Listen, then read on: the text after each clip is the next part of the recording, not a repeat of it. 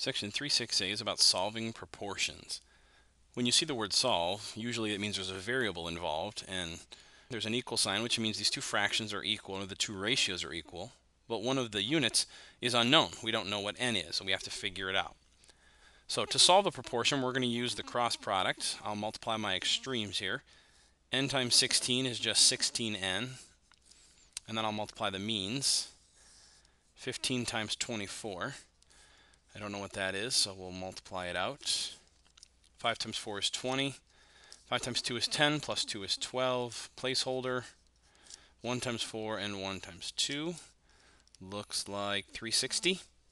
So 16n equals 360. Now we've built an equation that looks more typical than what we're used to. And to get rid of this 16 that's being multiplied, I do the opposite. So I divide both sides by 16. So I'm going to get n equals whatever 360 divided by 16 is. I'm going to use long division. 16 goes into 36 twice, because 16 times 2 is 32. Always subtract. We get a 4, bring down the 0. Well, 16 times 2 is 32 again, and that's going to give me another remainder of an 8 here. So I'm going to have to add a decimal point to my answer and put a 0 and bring that 0 down.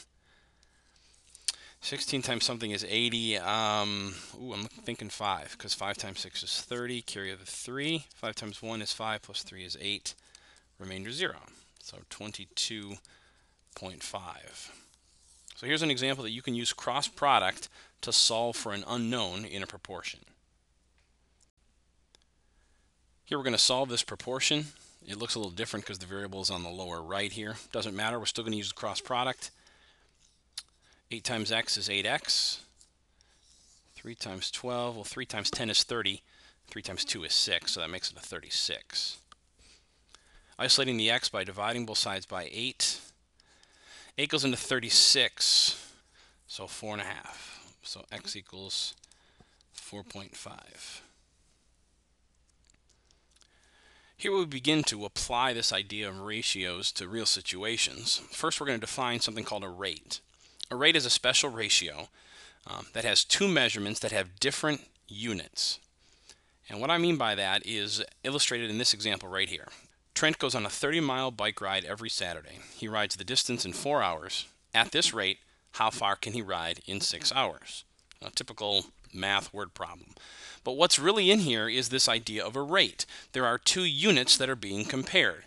We're looking at how many miles he can ride, and we're comparing that to the time, or in this case, the hours that it takes him to ride those miles. This is a rate. We're comparing miles to hours.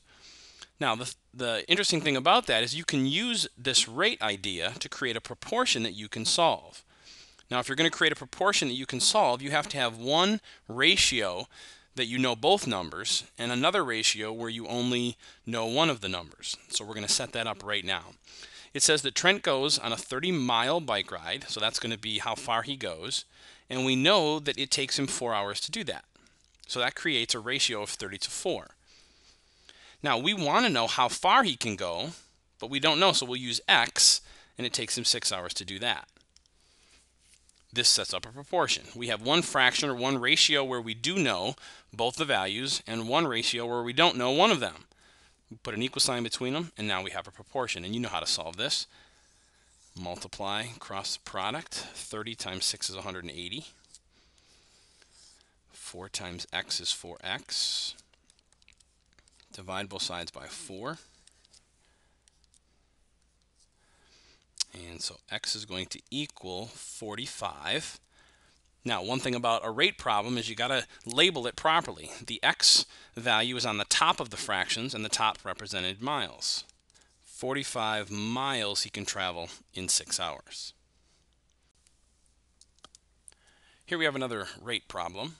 It says the gear on a bicycle is 8 to 5. This means that for every 8 turns of the pedals, the wheel turns 5 times. Suppose the bicycle wheel turns about 2,435 times during a trip. How many times would you have to crank the pedal during the trip? Okay, so we have to set up a proportion, but before we do that, we want to set up a rate, a comparison of the two values here. So what's being compared?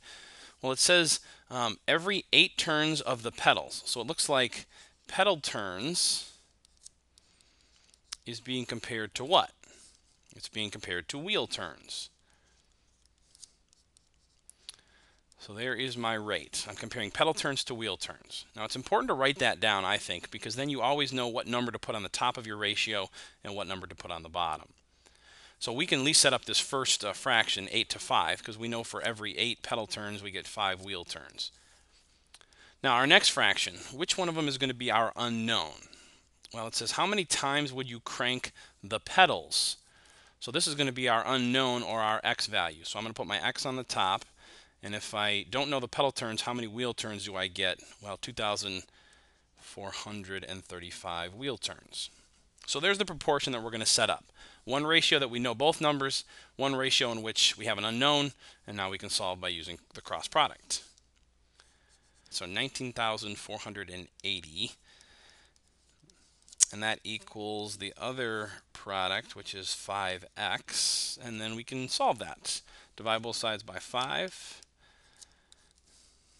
And x equals, you can get a calculator if you want to figure out that number. I'm just going to tell you it's 3,896.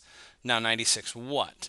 Since this is the pedal turns, is our unknown, 3,906 pedal turns on the bike. And I'm tired already. Here we have a special kind of a proportion problem known as a scale. A scale is a ratio used when making a model or a drawing for something that's too large or too small. A lot of time architects use these, they use blueprints. People that collect models oftentimes work with scale. How big is the real thing compared to the model or the drawing? Here we're talking about a road atlas or a map.